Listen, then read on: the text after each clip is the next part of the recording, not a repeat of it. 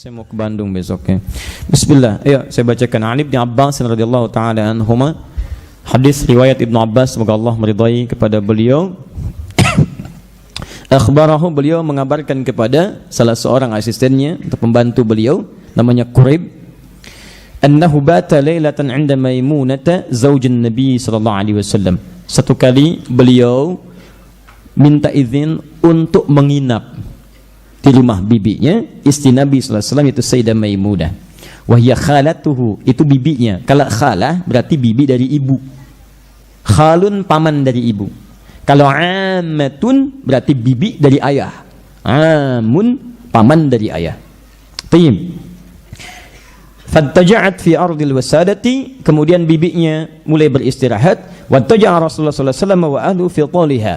Maka beliau pun kemudian beristirahat sallallahu alaihi wasallam ya bersama keluarganya.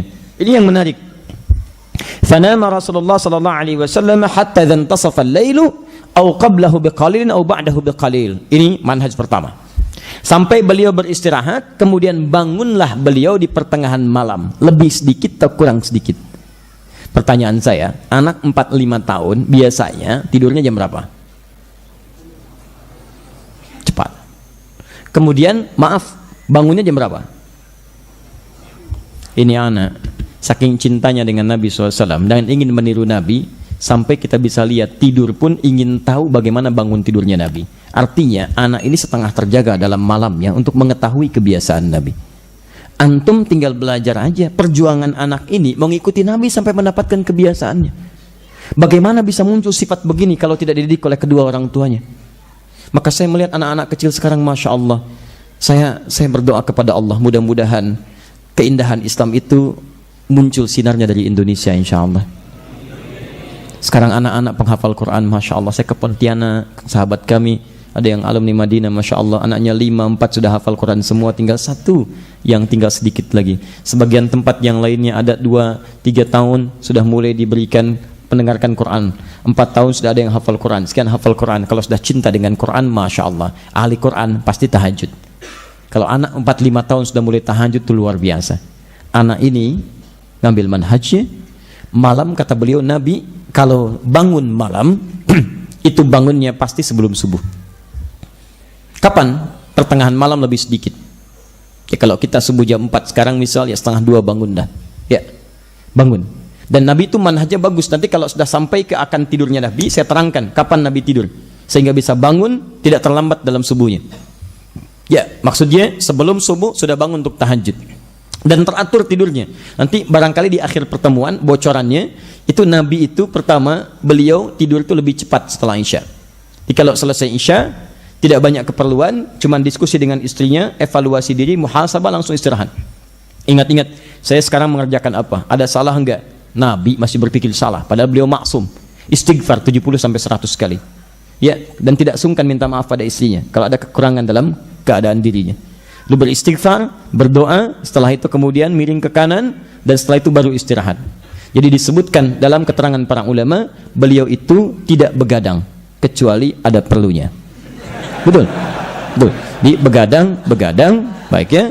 Begadang itu jangan begadang kecuali ada perlunya. Betul, kalau ada perlunya, baru beliau dengan sahabat ada perlu diskusi lama, merencanakan strategi, membahas perkembangan Islam, ada perlunya, baru diskusi, setelah itu istirahat. Bahkan pernah terjadi dalam perjalanan malam-malam, wah, sudah menjelang itu dini hari, kata Nabi SAW, Bilal, kami mau istirahat nih, kamu jaga dulu supaya tidak kita kesiangan. Kata Bilal, ya Rasulullah, saya ikut istirahat, insya Allah saya bangun juga, kita tidak kesiangan. Kamu jaga, saya istirahat ya Rasulullah. Masya Allah, apa yang terjadi? Luar biasa. Bangun semuanya saat matahari sudah sampai kemudian ke dalam wajah Nabi yang mulia SAW. Bangunnya pada subuh. Kesiangan dalam bahasa manusia. Kemudian bangun Nabi SAW, merasakan sinar mentari, kata Nabi, wailak ya Bilal, celaka kamu Bilal. Kalau tidak sanggup jangan katakan bisa.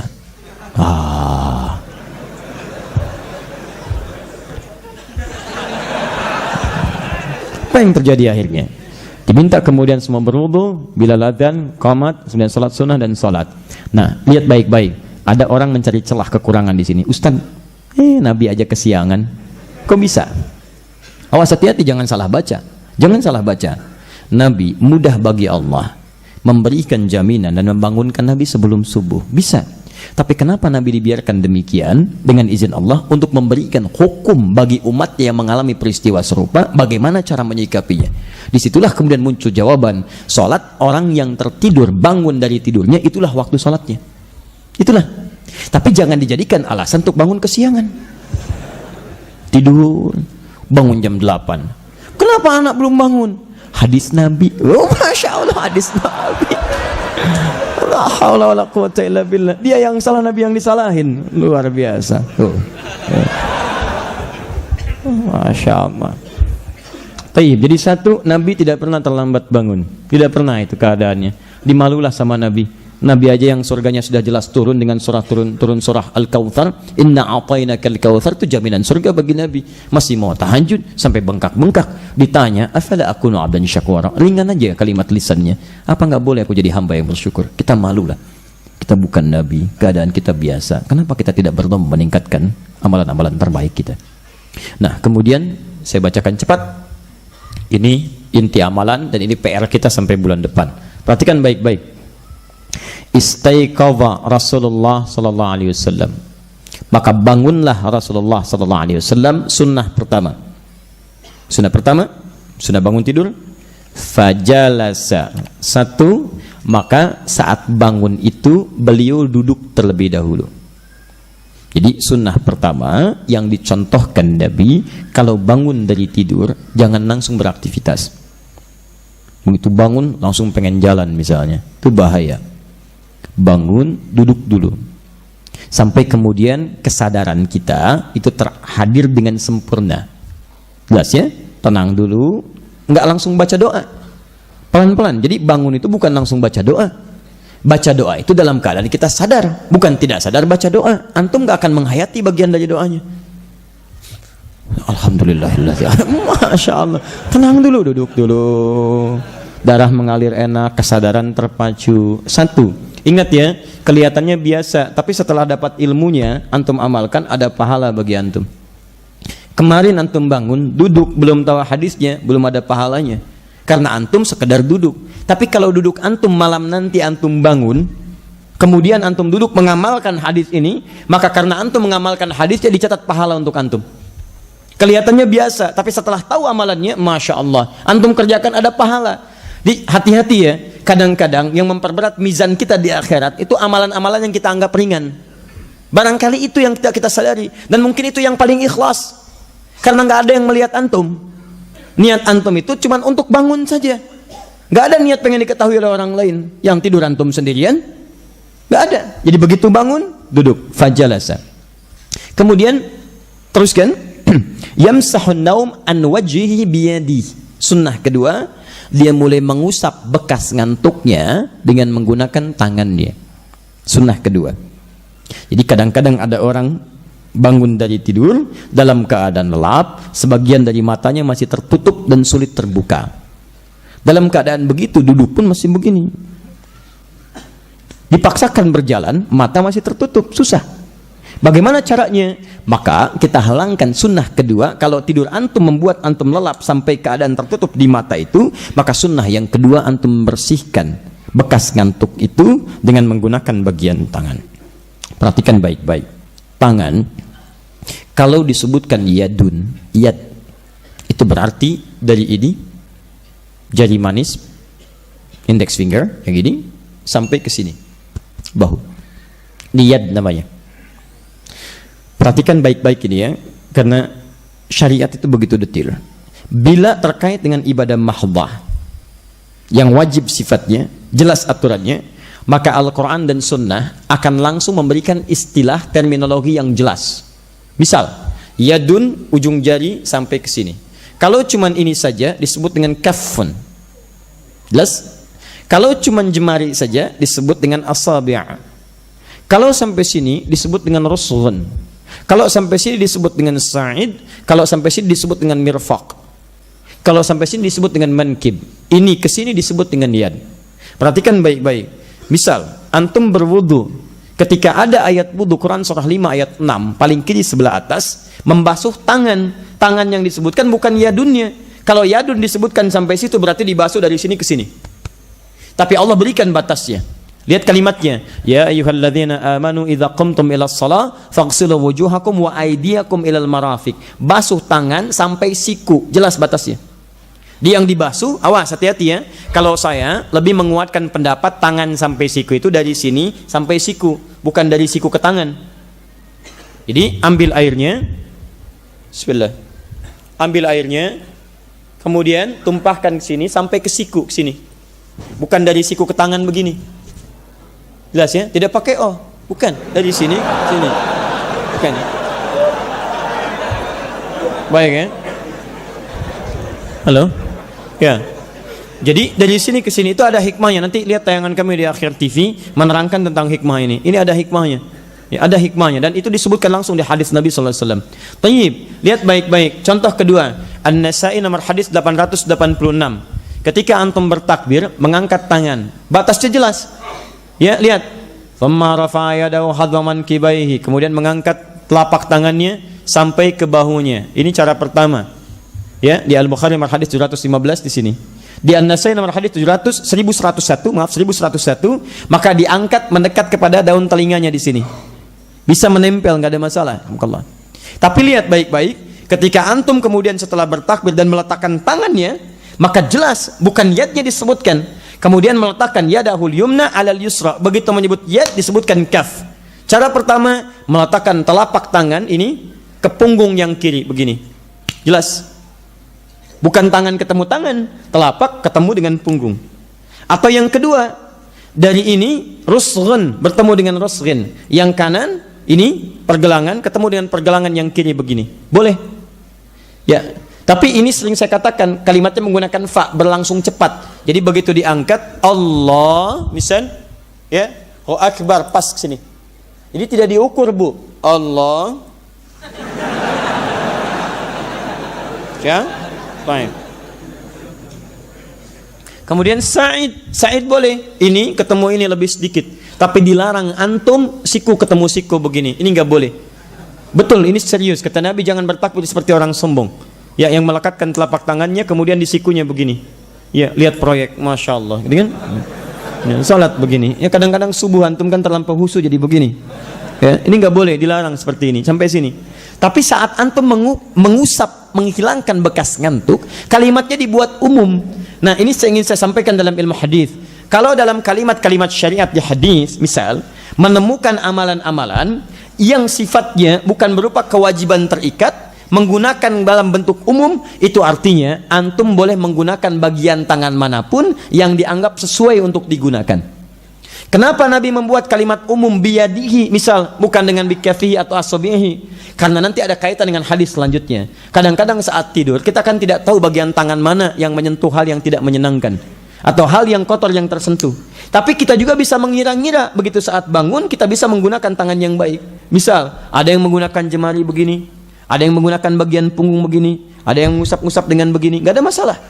Yang penting adalah antum bisa gunakan bagian tangan yang sesuai, yang kiranya terbaik untuk menghilangkan bekas kantuk. Paham sampai sini? Dan jangan dibenturkan dengan hadis cuci tangan, karena nanti tahapannya berbeda. Tahapannya berbeda. Ya. Pernah ada yang membenturkan mengatakan itu tidak benar. Antum menolak hadis Nabi, hadis sahih di Al-Bukhari ada, di Muslim ada. Jadi kalau belum paham dengan hadis, jangan menyimpulkan hadisnya yang salah. Jadi kalau ukuran peci tidak sesuai dengan kepala, bukan kepalanya dipotong. Cari peci yang sesuai. Ya. Paham ya? Baik. Kalau satu kali antum bawa mobil, kena sesuatu, jangan disalahkan mobilnya. Antum mengendarai tidak tepat, mungkin ngantuk gitu. Amalkan sunnah Nabi, ngantuk, buang sifat ngantuknya. Baik, alhamdulillah. Sudah kembali ke sini. Bismillah. Jadi sudah dua sunnah ya. Satu apa? Dua. Lihat, membantu menghadirkan kesadaran. Jadi sudah sadar, sudah tenang, duduk dulu, darah mengalir dengan nyaman, baru sunnah yang ketiga. Apa itu yang ketiga? Saya langsung bacakan cepat. Thumma qara'a al-ashra al-khawatim min surati Ali Imran. Kemudian Nabi SAW terlihat membacakan 10 ayat terakhir dari surah Ali Imran. Nah, tapi saya ingin tegaskan begini. Kalau ada kata ashrun dan kelipatannya 20, 30, 40 itu tidak mutlak 10. Bisa 10 atau lebih dari 10, tapi yang paling mendekati 10. Misal 11 dekat enggak dengan 10? 12 dekat? Dekat. 13 sudah mulai agak jauh. Sama dengan begini, 40, 41 dekat tidak? 42 dekat. 43 sudah agak jauh, karena jama agak jauh, sudah mulai banyak. Makanya ketika Imam An-Nawawi membuat kitab beliau judulnya Al-Arba'in, 40-an, ternyata isinya bukan 40, 42. Ada yang bertanya, Ustadz, kenapa judulnya Arba'in isinya 42? Itu karena kata Arba'in tidak hanya mencakup 40, tapi yang dekat dengan 40. Boleh ya? Baik, di sini pun disebutkan di hadis ashral khawatim, 10 ayat terakhir. Yang dimaksud ashrun di sini bukan 10 jumlahnya, tapi 11. Kalimat ashrun itu mencakup yang dekat dengannya. Jadi dari ayat 190 sampai ayat 200. Jadi inna fi khalqis samawati wal ardi sampai ayat yang ke-200-nya.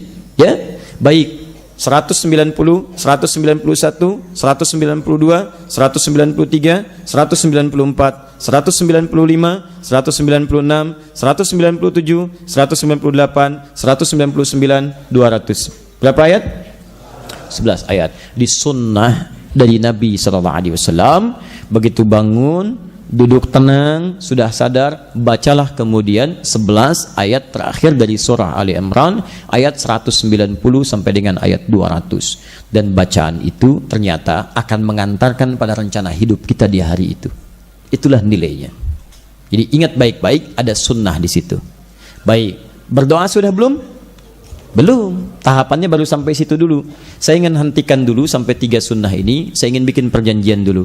Teman-teman sekalian, kita berharap cinta Allah, berharap kebahagiaan, dan kita ingin menyumbang keberhasilan, keemasan, kesuksesan, dan kebaikan untuk negeri kita tercinta ini. Salah satu caranya dengan mengikuti sunnah-sunnah Nabi, dari mulai yang terkecil sampai yang paling kompleks. Pertanyaan saya, antum siap mewujudkannya? Siap mengikuti tuntunan Nabi? Tayyib. Baik, saya ingin bikin perjanjian. Kalau saya cuma sekedar mengajar dan saya cuma memberikan apa yang saya mampu dengan menulis, menyampaikan, menyebarkan, mengopi, tapi antum tidak mengamalkan, saya kira cukup sudah tugas saya sampai malam ini. Antum bisa mencari ustadz lain untuk membantu antum supaya bisa mengamalkan apa yang bisa beliau sampaikan. Karena tidak ada faedahnya menyampaikan sesuatu tanpa diamalkan. Maka saya mohon kepada antum, kita harus punya perjanjian mulai malam ini. Setiap yang kita pelajari, maka kita akan punya keinginan untuk mengamalkannya. Siap insya Allah? Baik. Kalau siap, saya berikan antum tugas. Siap insya Allah? Tugas itu dimulai malam ini. Maka kita harus mengamalkan 3 tuntunan sunnah ini. 1, antum mulai kemudian nanti bangun tidur, ingat-ingat ya, duduk terlebih dahulu. Kalau perlu tuliskan samping dinding sebelah kanan, saat antum miring kanan, tuliskan 3 bagian itu. Ya, ingat, bangun, duduk dulu, hilangkan bekas ngantuk, kemudian setelah itu baca surah. Dan diskusi dengan keluarga supaya mengingatkan suami, istri tidur, Pah, ingat sunnah Nabi ya. Siap mah, insya Allah. Begitu bangun, Pah, duduk, sunnah Nabi. Masya Allah. Iya mah, baik. Mama juga jangan bilang begitu, usap dulu sunnah Nabi. Kok kita ngobrol, Pah, 10 ayat Ali Imran sunnah Nabi. Masya Allah. Baca. Siap insya Allah? Tayyib. Antum 2, hilangkan bekas ngantuk. 3, baca 11 ayat terakhir surah Ali Imran. Disebutkan ashrun tapi diterjemahkan dengan 11 ayat dari 190 sampai ayat 200. Nah, saya menginginkan ayat itu tidak sekedar antum baca via mushaf, tapi kita berusaha untuk menghafalkannya. Karena antum kadang tidur bukan cuma di rumah yang nyaman, kadang ada tugas tidak sempat bawa mushaf, kadang ada keadaan tertentu tidak sempat bawa mushaf. Kalau kita hafalkan itu, maka dimanapun kita bisa praktekkan itu semua. Sepakat? Saya berikan caranya dengan sangat mudah. Kita bertemu lagi insya Allah bulan depan. Ada waktu sebulan. Masa iya nggak bisa menghafal 11 ayat dalam sebulan? Nih, saya kasih gambaran. Paling gampang begini. Bismillah. Saya hapus dulu ya. Ini saya hapus juga nih. Menimbulkan masalah tiang listrik. Baik. Bismillah. Perhatikan sini baik-baik. Berapa ayat? Waktunya sebulan. Masya Allah. Ini kalau ingin cepat mudah menghafal Al-Quran, salah satunya coba bagi ke manhaj sholat. Manhaj sholat. Baik, sholat sekali berapa waktu? 5 waktu. Misalnya kalau ingin cepat sekaligus 11. Misal kalau ingatan kita kuat nih ya, ingatan kita kuat. Misal bagi 5. 11 bagi 5 berapa? Ada yang 2, ada yang 3 gitu kan? Saya kita ambil 2 lah, 2. Subuh, antum misalnya 2 ayat dulu. Ya, sebelum subuh, setelah subuh. Sebelum 1 ayat, setelahnya 1 ayat. Kemudian setelah itu 2 ini nanti dibawa praktek dalam sholat sunnah. Duha, 2 ini aja, jangan yang banyak-banyak. Ya. Kemudian setelah itu zuhur boleh ambil lagi. Sebelum zuhur 1 ayat, setelahnya 1 ayat. Antara zuhur praktekkan 4-nya, 4 ayatnya. Kalau ingatan kita kuat ya, 4-4-nya praktekkan. Ba'diyah, rakaat pertama 2 ini, baca lagi 2 ini. Asar lagi 2 ayat, demikian seperti tadi. Kemudian maghribnya 2 ayat seperti tadi prakteknya, sampai isya sampai tahajudnya. Begitu tahajud antum bacakan ini aja. Ini aja yang dibacakan. 11 rakaat misalnya, bacakan yang 11 ayat ini saja. Teruskan hari kedua, ketiga sampai pertemuan kita. Kalau ingatan kita belum kuat, bagi aja 30 hari bagi 11. Berapa? Seharinya berapa?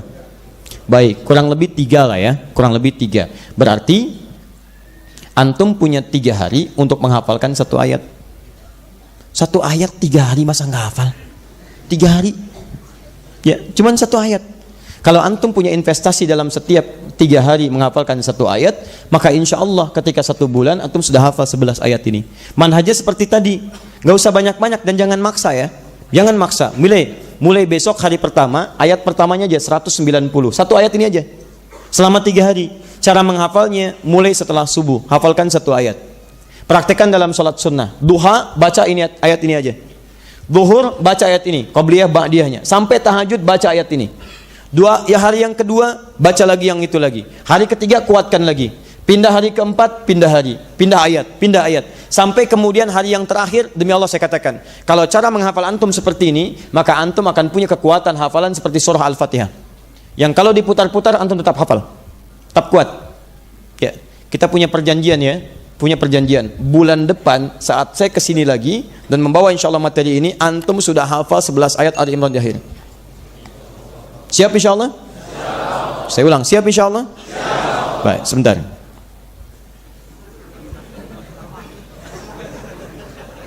Ya, saya sudah ingat sebagian dari wajah antum. Baik ya? Ingat baik-baik.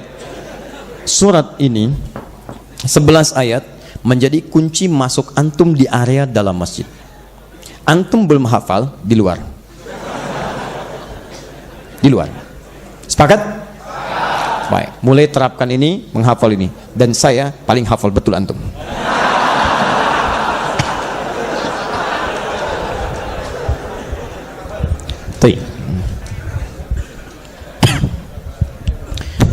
Teman-teman, kita tidak perlu ngambil banyak-banyak dulu supaya mengamalkannya mudah. Saya izin menyampaikan informasi dulu. Pertama, insya Allah materi ini konsisten kita bahas sampai dengan materi yang terakhir, sampai tidurnya Nabi SAW.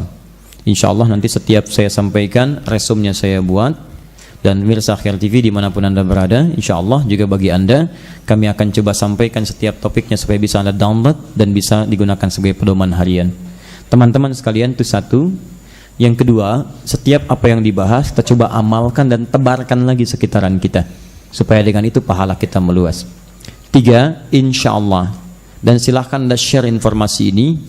Insya Allah tanggal 17 Desember bulan depan kita akan punya syiar Hari Al-Quran.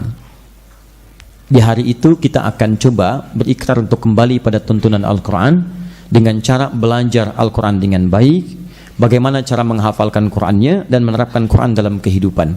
Di hari itu akan diajarkan bagaimana cara menghafal Quran dalam 30 hari. Di situ nanti akan hadir anak-anak kecil penghafal Quran. Di situ ada orang buta penghafal Quran. Maaf, di situ ada tukang beca yang ingin menjadi ahli Quran. Di situ akan ada para imam. Di situ bahkan kami terkonfirmasi ada juga beberapa duta besar negara sahabat ingin juga bergabung dalam acara yang dimaksudkan. Tempatnya insya Allah di Istiqlal di Jakarta. Kalaupun tidak ada kesempatan datang, insya Allah disambungkan lewat Akhir TV. Dan itu kita dari situ akan membuka kelas Al-Quran. Dan di kelas itulah akan belajar nilai Quran. Jadi nanti ada pengusaha ingin belajar dari ayat-ayat bisnis Quran, terturunkan ilmunya. Ada dokter, kita turunkan ayat-ayatnya dan sebagainya. Kita berharap kita ingin memberikan sumbangsih terhadap negeri kita tercinta ini. Kalau nilai Quran hadir di negeri ini, maka insya Allah negeri ini akan terbantu kebaikan-kebaikannya. Karena kita temukan di Quran, ahli Quran lisannya baik, ahli Quran tangannya baik, matanya baik, kakinya baik. Kalau semua orang Islam baik di negeri ini, maka Masya Allah, negeri ini akan terbantu dengan segala kebaikan-kebaikannya. Kita akan berikrar dan kita berikan sinyal pada dunia, cahaya Islam akan hadir di bumi pertiwi dari Indonesia ini insya Allah. Baik, teman-teman sekalian, takbir. Alhamdulillah. Itu yang sementara kami sampaikan. Ya, saya mohon maaf kalau dalam setiap titian apa yang saya sampaikan ada kekhilafan-kekhilafan, itu murni kesalahan saya sebagai manusia. Jika ada kebaikan, itu dari Allah dan Rasulnya, dan silahkan ambil ilmu dari ustadz manapun sepanjang ada yang terbaik yang mendekatkan kita dengan Allah dan Rasulnya. Demikian saya antarkan, saya tutup dengan doa kifaratul majlis. Tersambung besok di Bandung insyaallah dengan materi-materi berbeda. Subhanakallahumma wa bihamdika asyhadu an la ilaha illa anta astaghfiruka wa atubu ilaik. Wa akhiru da'wana alhamdulillahi rabbil alamin. Wal 'afu minkum. Assalamualaikum warahmatullahi wabarakatuh.